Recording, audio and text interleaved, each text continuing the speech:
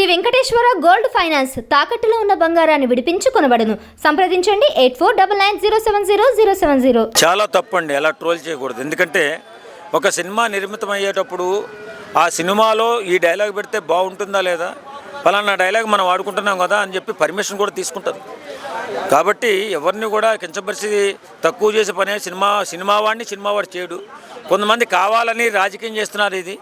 ఇది 21 సీట్లు ఇచ్చాడు, మీరు అనుభవించండి అని చెప్పి మెగా ఫ్యామిలీకి, నందమూరి ఫ్యామిలీకి గొడవ పెట్టే ప్రయత్నం చేస్తున్నారు. ఇది మాత్రం చాలా తప్పు. ఎందుకంటే బాధ్యత లేకుండా మాట్లాడకూడదండి. ఎవరైనా కలిసి ఉండాలని ఆలోచించాలి తప్ప విడిపోవాలని ఆలోచిస్తున్నారంటే మీరు ఎంత దుర్మార్గులో అర్థమవుతుంది.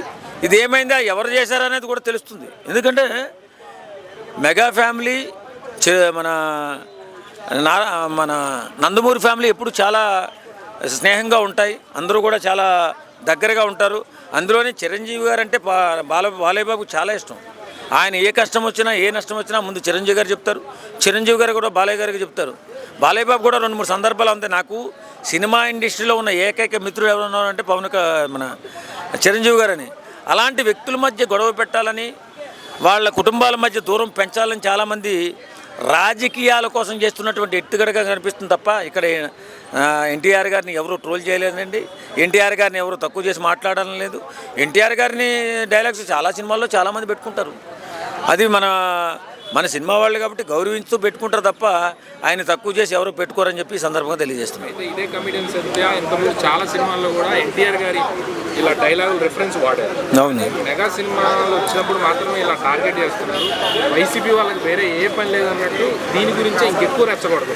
ఏమి లేదండి, వైసీపీ వాళ్ళకి ఉద్యోగాలు పోయాయి, 11 సీట్లు పడిపోయారు, చాలా ఉస్త స్థితిలో ఉన్నారు, చాలా నీచ స్థితిలో ఉన్నారు.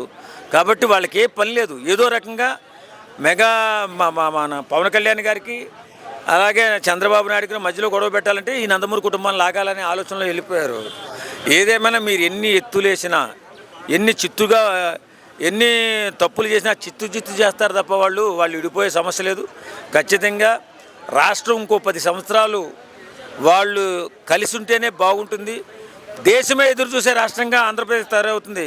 మీరు ఎన్ని ఎత్తులేసినా, వైసీపీ నాయకులు ఎన్ని తప్పులు చేసినా మీరు మాత్రం పైకొచ్చే అవకాశమే ఉండదు. 2 ఫ్యామిలీలు ఎప్పుడు విడిపోయే సందర్భం రాదు. ఖచ్చితంగా రాష్ట్రాన్ని బాగు చేసిన తర్వాతే మాట్లాడుకుందాం.